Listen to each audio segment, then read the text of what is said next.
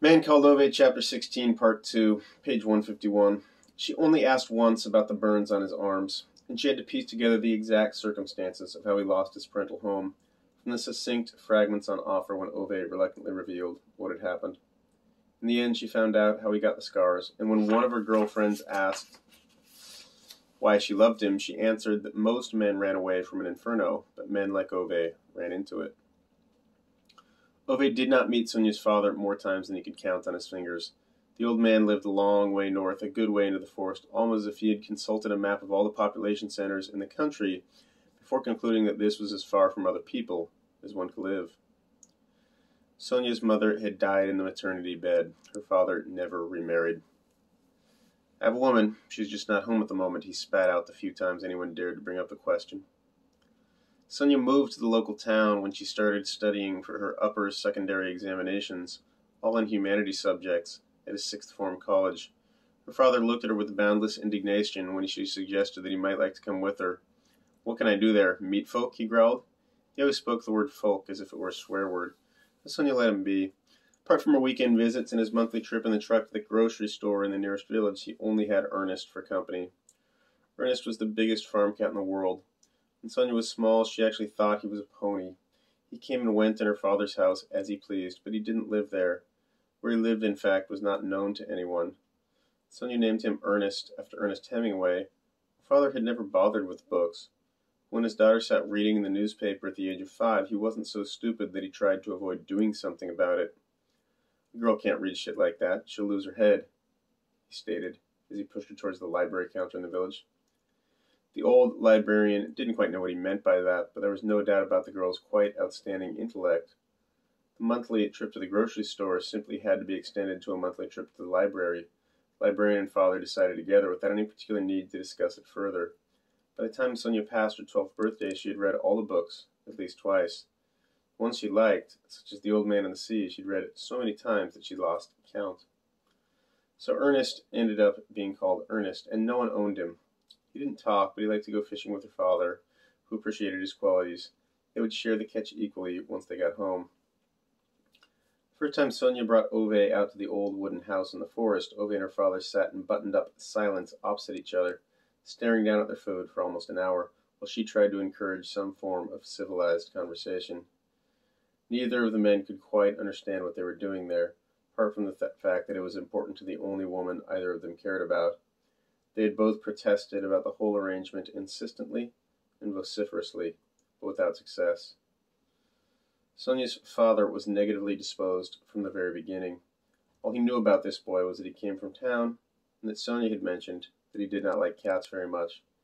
These were two characteristics, as far as he was concerned, that gave him reason enough to view Ove as unreliable. As for Ove, he felt he was at a job interview. He had never been very good at that sort of thing.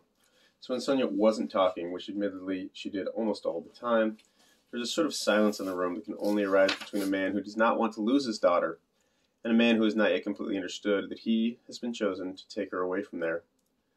Finally, Sonia kicked Ove's shin bone to make him say something. Ove looked up from his plate and noted the angry twitches around the edge of his over eyes. He cleared his throat and looked around with a certain desperation to find something to ask this old man about, because this is what Ove had learned. If one didn't have anything to say, one had to find something to ask. There was one thing that made people forget to dislike one. It was when they were given the opportunity to talk about themselves. At long last, Ove's gaze fell on the truck, visible to the old man's kitchen window. "That's an L10, isn't it?" he said, pointing with his fork. "Yep," said the old man, looking down at his plate. "Saab is making them now," Ove stated with a short nod. "Scania," the old man roared, glaring at Ove. And the room was once again overwhelmed by that silence which can only arise between a woman's beloved and her father. Ove looked down grimly at his plate. Sonia kicked her father on his shin. Her father looked back at her grumpily until he saw those twitches around her eyes. He was not so stupid a man that he had not learned to avoid what tended to happen after them. So he cleared his throat irately and picked at his food. "Just because some suit at Saab waved his wallet around and bought the factory, it doesn't stop being a Scania," he grunted in a low voice, which was slightly less accusing, and then moved his shin bones a little farther from his daughter's shoe. Sonia's father had always driven Scania trucks. He couldn't understand why anyone would have anything else. Then, after years of consumer loyalty, they merged with Saab. It was a treachery he never quite forgave them for. Ove, who in turn had become very interested in Scania when they merged with Saab, looked thoughtfully out of the window while chewing his potato. "Does it run well?" he asked. "No," muttered the old man irascibly and went back to his plate.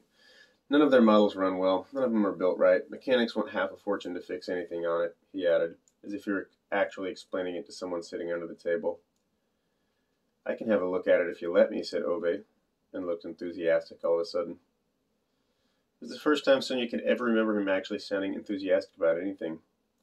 Two men looked at each other for a moment, then Sonia's father nodded, and Ove nodded curtly back. Then they rose to their feet, objective and determined, in the way two men might behave if they had just agreed to go and kill a third man. A few minutes later, Sonia's father came back into the kitchen leaning on his stick and sank into his chair with his chronically dissatisfied mumbling. He sat there for a good while, stuffing his pipe with care, then at last nodded at the saucepans and managed to say, "Nice." "Thanks, Dad," she smiled. "You cooked it, not me," he said. The thanks was not for the food, she answered, and took away the plates, kissing her father tenderly on his forehead at the same time that she saw Ove diving in under the hood of the truck in the yard. Her father said nothing, just stood up with a quiet snort and took the newspaper from the kitchen counter. Halfway to his armchair in the living room, he stopped himself, however, and stood there slightly unresolved, leaning on his stick. "Does he fish?" he finally grunted without looking at her. "I don't think so," Sonia answered. Her father nodded gruffly, stood silent for a long while. "I see. He'll have to learn then," he grumbled at long last before putting his pipe in his mouth and disappearing into the living room. Sonia had never heard him give anyone a higher compliment.